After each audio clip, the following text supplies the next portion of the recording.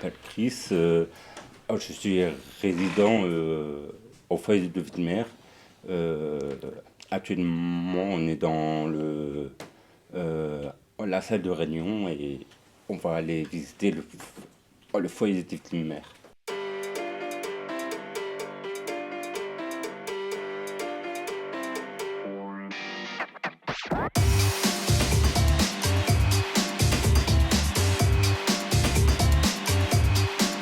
Ici, on apprend pour passer le stade des AT ou milieu ordinaire, pour ceux qui ont les capacités. C'est-à-dire que ceux qui ont un ESAT et tout, ils vont en ESAT, et ceux qui ont un milieu ordinaire, ils vont en milieu ordinaire. Oui, c'est pour votre formation. En fait, c'est une question de formation et une question de capacité. Le foyer, c'est une passerelle.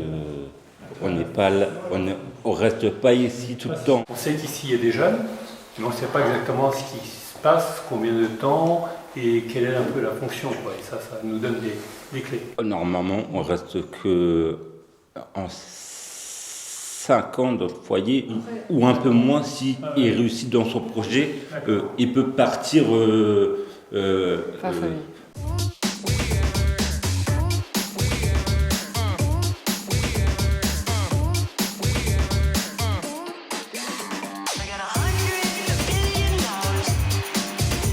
Est-ce que c'est vous qui repassez tout le linge du château là? Oui, on les lave, les affaires des jeunes et du foyer aussi.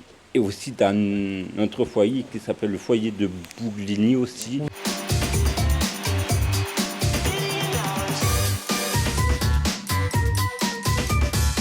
Du coup, là, c'est la serre. On fait les légumes, les fruits et tout. et tout ça. Et là, nous avons l'ancienne serre qui date de je sais pas quand, Depuis mais 1980. vraiment ancien.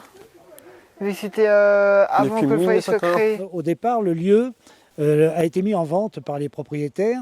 La commune s'en est fait acquéreur pour une somme très importante qu'elle n'aurait pas pu effectivement financer, mais elle a ensuite mis ça dans les mains du département.